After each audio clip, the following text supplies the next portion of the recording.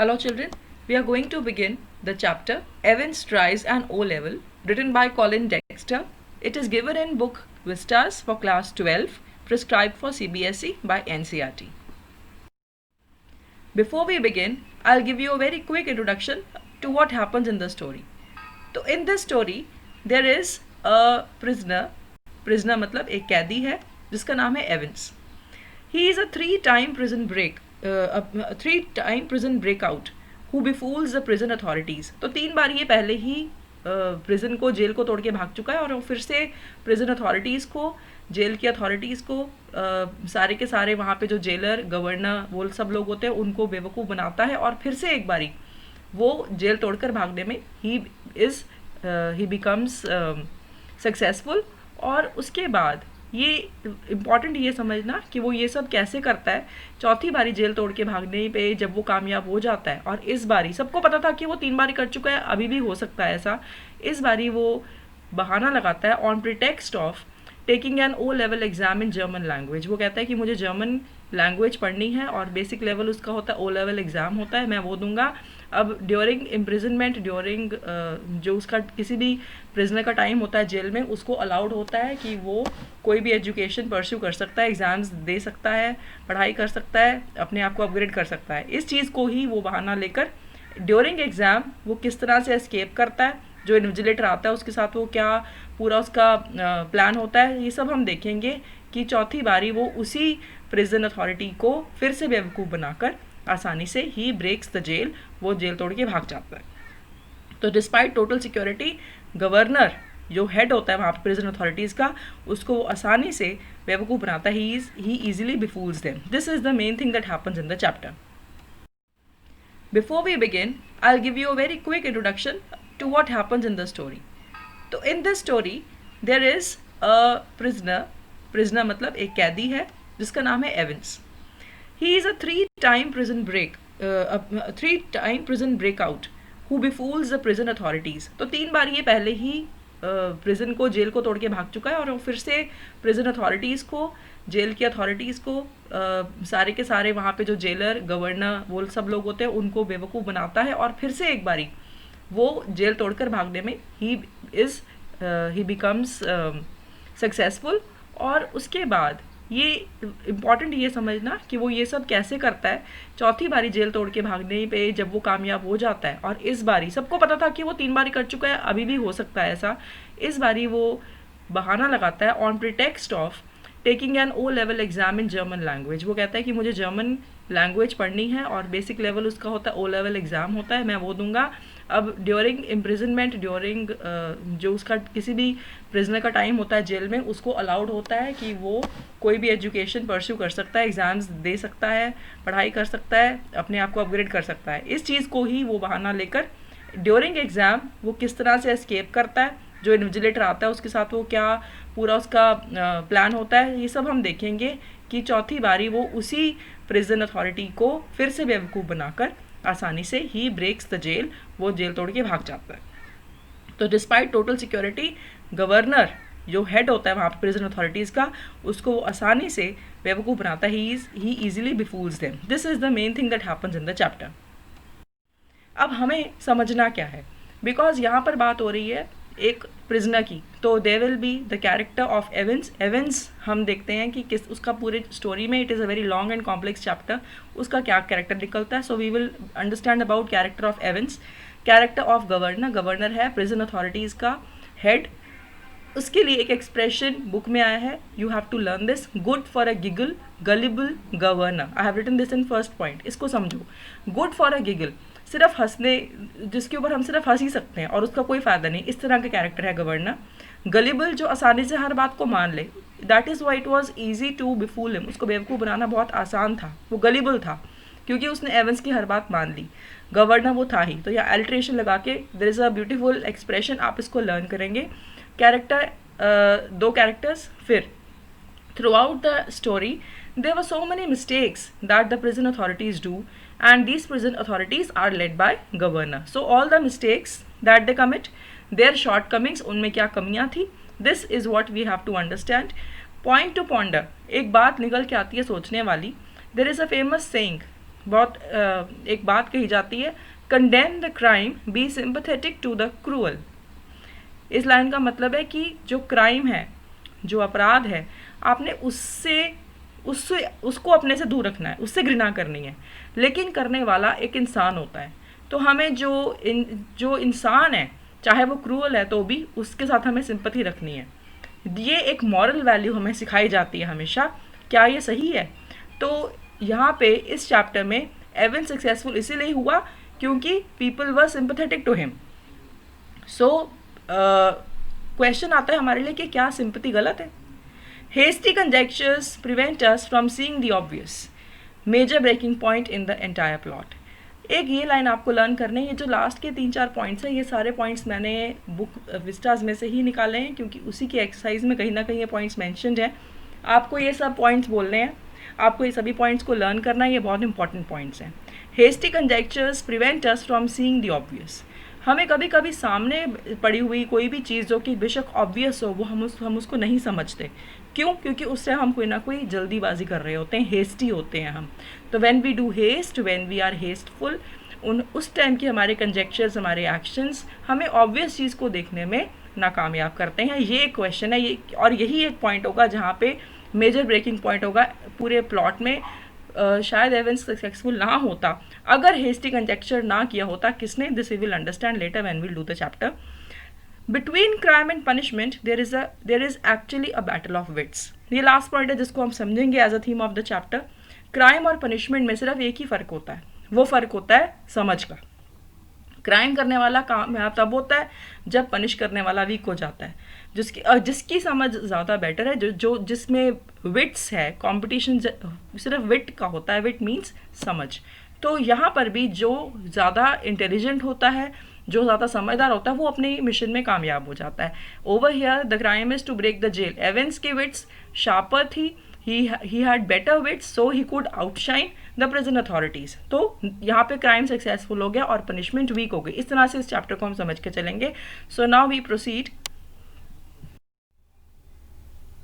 Before we continue, I want you all to understand what exactly happens in the story. So in this slide I will be telling you कि story के parts, elements, progressive events क्या है। तो हम उसको अगर समझ लें तो ये चैप्टर समझने के लिए इसकी चैप्टर रीडिंग करके इसको रिवाइज करने में आपको मुश्किल नहीं होगी। और अगर जो लोग इसको रिवीजन पॉइंट ऑफ व्यू से इस वीडियो को देख रहे हैं उनके लिए भी ईजी रहेगा अगर आप पूरा इस वीडियो को एंड तक देख के आप समझ जाएं कि इसके अंदर पार्ट्स स्टोरी में किस तरह से डेवलपमेंट होती है, कहाँ पे क्या पॉइंट होता है। आपको शॉर्ट क्वेश्चंस और लॉन्ग क्वेश्चंस अटेम्प्ट करने के लिए ये वीडियो बहुत यूजफुल रहेगा। So I am going to begin. सबसे पहले स्टोरी में होता क्या? सबसे पहले Evans tries an O level. O level एक जर्मन सब्जेक्ट का एग्जाम है जो बेसिक एग्जाम है, and it is a course in German language. During imprisonment he wants to take that course. Discussion about conduct of exam होता है सबसे पहले, फिर preparation about conduct of exam होता है। Exam begins and it ends. After the exam, exactly after the exam क्या होता है, और उसके बाद एवेंस निकल जाता है जेल से, भाग जाता है जेल से, और आउटसाइड द प्रिजन क्या होता है। तो इस पूरे चैप्टर को 5 पार्ट्स में मैंने डिवाइड किया है। We are coming to the first part. First is opening scene where they are talking about the planning about examination. This is before conducting examination. So opening scene start होता है planning about examination, conducting O-level exam for Evans who is a prisoner. इस बारे में बात चल रही है। There is a discussion of phone between governor of the prison and secretary of examinations board. आप ये सारे points learn करेंगे। और इस डिस्कशन पे जो टेलीफोनिक डिस्कशन होती है उसमें क्या डिसाइड होते हैं? 2 points. They decide to call McCleary. McCleary is a parson. Parson कौन होता है? ये होते हैं एक तरह से आप समझ लीजिए चर्च के जो प्रीस्ट होते हैं, सिंपल लैंग्वेज में वो लोग होते हैं। तो दे आर वेरी रिस्पेक्टेबल लोग, शरीफ होते हैं, रिलीजियस लोग होते हैं, तो ये कोई गलत काम नहीं करते, और एजुकेटेड भी होते हैं। तो इस तरह के एक उन्होंने रैंडम इंसान को इन्विजिलेटर बनाकर सोचा कि हम उसको इन्विजिलेटर बनाएंगे और एवेंस का एग्जाम कंडक्ट कराएंगे।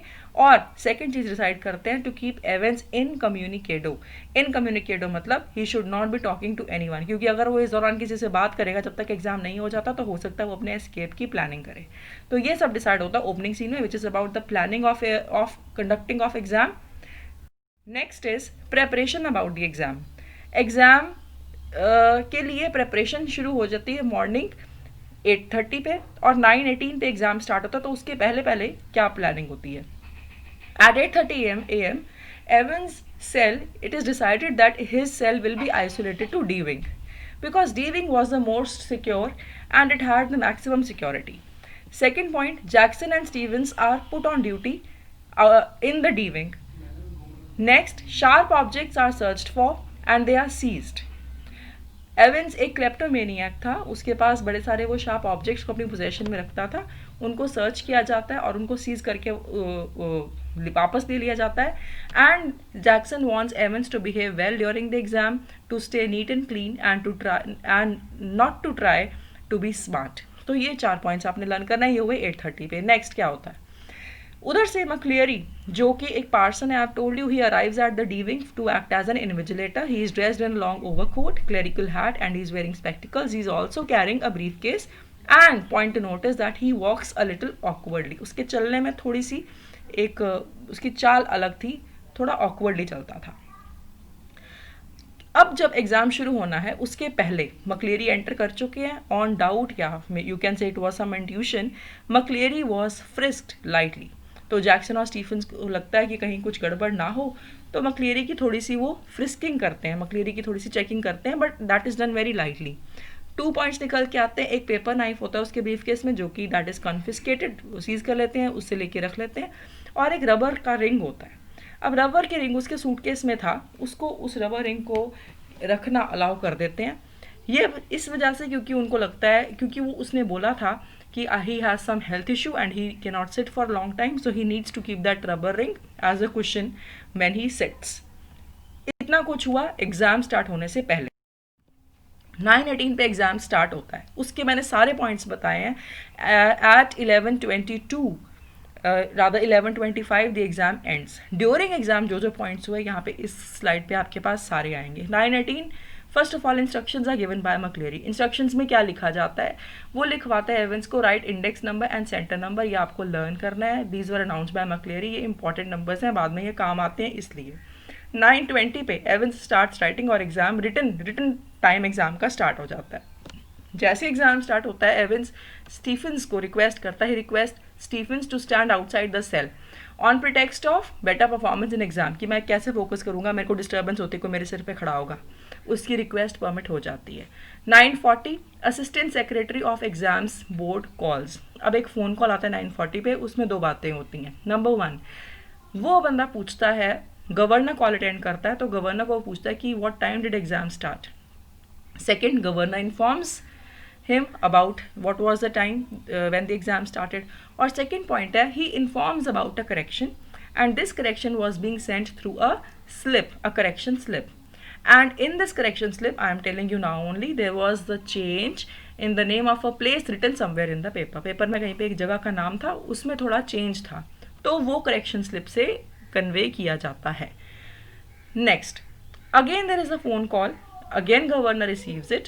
This is from magistrate's court and in this phone call there is a request for a prison van and a few prison officials and this request is granted. तो यहाँ पे हमें पता लगता है कि इस रिक्वेस्ट से क्या हुआ, इस फोन कॉल की वजह से एक प्रिजन वैन प्रिजन से बाहर चली गई, साथ में 1 or 2 प्रिजन ऑफिशियल्स भी चले गए.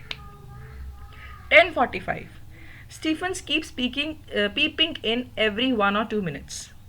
एग्जाम चल रहा है, स्टीफन्स को बाहर खड़ा कर दिया गया है, हर एक 2-2 मिनट के बाद वो पीप करके देखता है छेद में से कि जो डोर में पीप होल होता है उसमें से कि अंदर रूम के अंदर क्या चल रहा है. And every time what does he find, he finds Evans only thinking और staring at the door and not writing at all.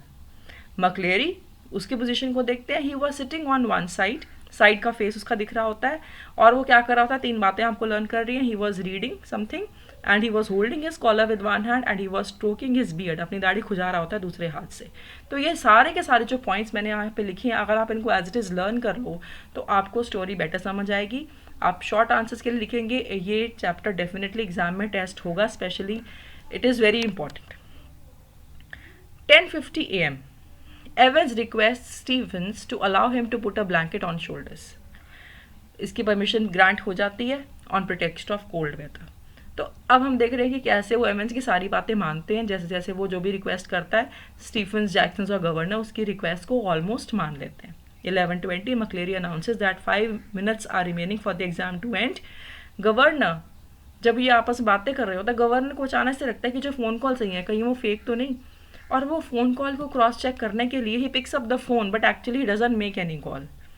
लेकिन 11:22 पे Stephens receives a call from governor. यहाँ पे मैंने गवर्नर को सिंगल कोट में करा क्योंकि एक फेक कॉल थी जो सबको लगा कि गवर्नर की तरफ से आई थी, पर वो गवर्नर नहीं की थी। इस कॉल में ही gives an instruction to Stephens that he himself had to see off McCleary out of the D wing when the exam ends, and exam is to end at 11:25. This was a fake call. What was the purpose of this call? To keep everyone out and Evans alone inside the cell for some time. तो ये सब हुआ exam time में 9:18 से लेके 11:25 तक। I hope you are liking my classes. Thanks for being with me at eClasses with Shalini ma'am. I request you all to please like, subscribe and press the bell icon. If you do that, your gesture is going to really motivate me so that I create more such videos and bring more useful content for you. Thank you so much. Exam ends at 11:25. Stephen sends away McCleary. तो McCleary को बाहर तक bye करके आते हैं. When he comes back to the D wing, then he checks on Evans. एक minute, उसके पहले एक पॉइंट था. When he is seeing off McCleary, तो वो दो बातें नोटिस करता है स्टीफन्स कि McCleary हैज़ ग्रोन स्लिमर, पतले हो गए हैं, और दूसरा उनका स्कॉट्स एक्सेंट जिसमें वो बात करते थे, स्कॉटिश एक्सेंट, वो बहुत ब्रॉड लगता है. हो सकता है ये डेलिबरेटली किया गया था ताकि सभी कंफ्यूज हो जाएं कि कुछ चेंज है, कुछ बदलाव है, और इसी डाउट की वजह से वो एवंस को चेक करने जाए. इस डाउट की वजह से वो एवंस को चेक करने जाता है. And when he goes inside he does not find Evans, he finds a bleeding McCleary, एक इंसान जो McCleary की तरह दिखता था, and he was bleeding badly on head. Though he looked similar to Evans, they consider him as McCleary only. जबकि उसको उनको लगा कि वो देखने में थोड़ा थोड़ा एवंस लगता था, बट बिकॉज उसकी ड्रेस McCleary वाली थी, उनको लगा कि वो McCleary ही होगा. यहाँ मैं आपको बता रही हूँ, this was a fake injury and it was fake blood.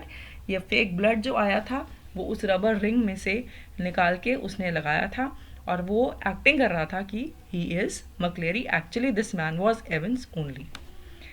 Immediately, Stephens calls Jackson and Governor, and they all assume Evans had escaped after hitting McCleary. और फटाफट से they all start deciding that what to do next.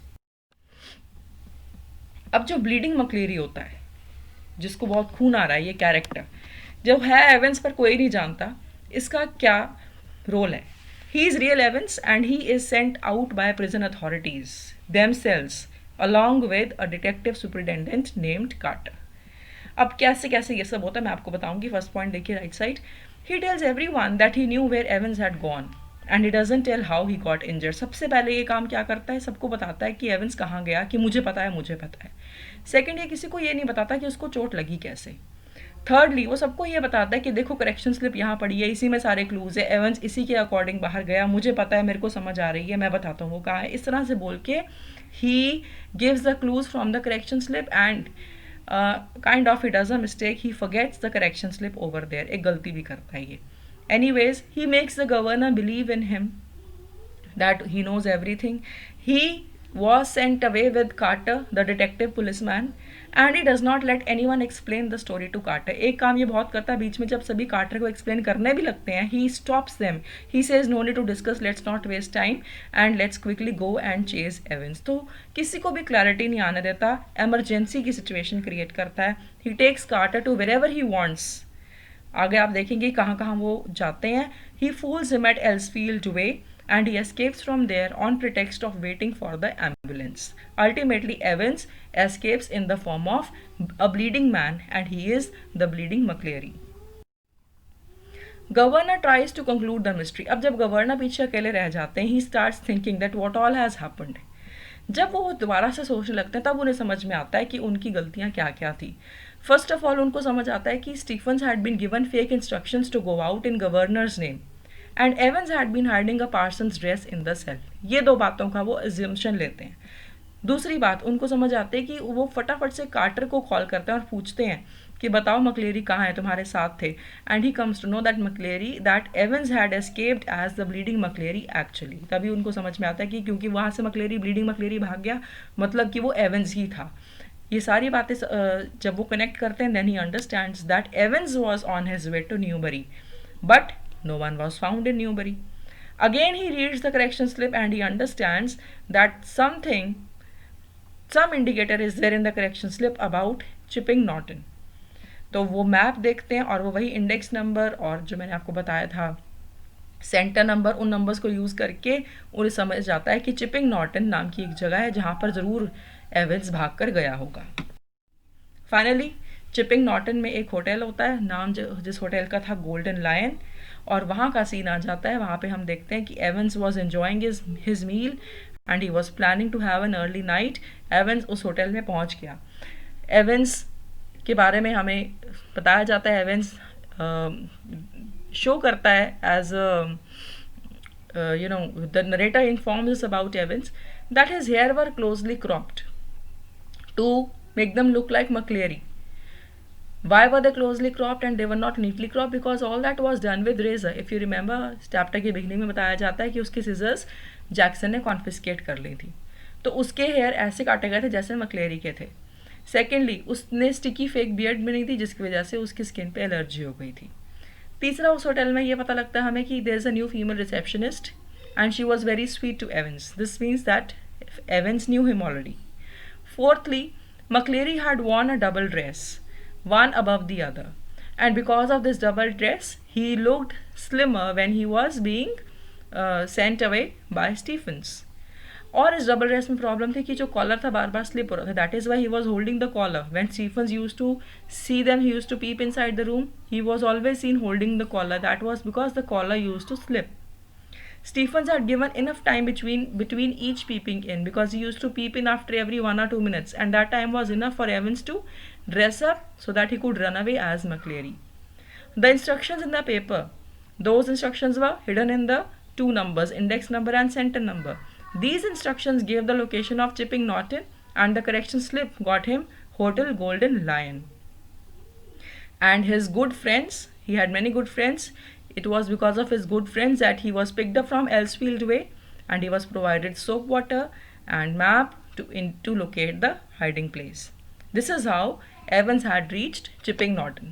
अब आपको मालूम है कि उधर से गवर्नर भी चिपिंग नॉर्टन में आ जाएगा. तो चिपिंग नॉर्टन में एक स्टोरी में ट्विस्ट आता है होटल गोल्डन लायन में. क्या ट्विस्ट आता है? सबसे पहले governor reaches the hotel and वहाँ पे एवंस के रूम में ही इज़ ऑलरेडी वेटिंग. जब वो आपस में बात करते हैं तो गवर्नर कहता है कि I have my man everywhere. Even the receptionist is new because governor had put him on duty. She was on the governors duty. So he starts asking Evans about everything. What all does he ask? He asks Evans about, they start talking and we come to know.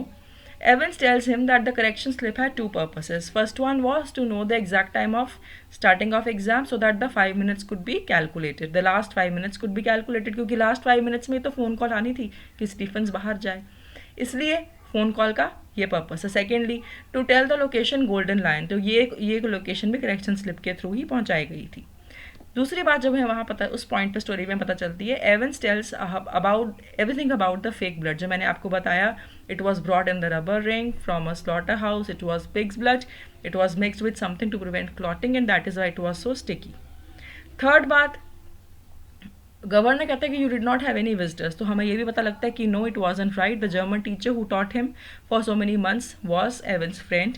McCleary was also impersonated. The real McCleary was also his captivated in his room, and it was fake somebody else who came in as McCleary, and there were also some people at exams board who helped him. So after all this, governor gets him arrested. He tells the receptionist if everything was ready. He asks her, or she says yes, it is ready. Two prison officers are called, and Evans, at this point of time, he exchanges smiles with the receptionist. But then these two prison officers are told to arrest Evans and to take him to the prison van. अब आप याद करो, एक prison van भी वहाँ से गुम हुई थी.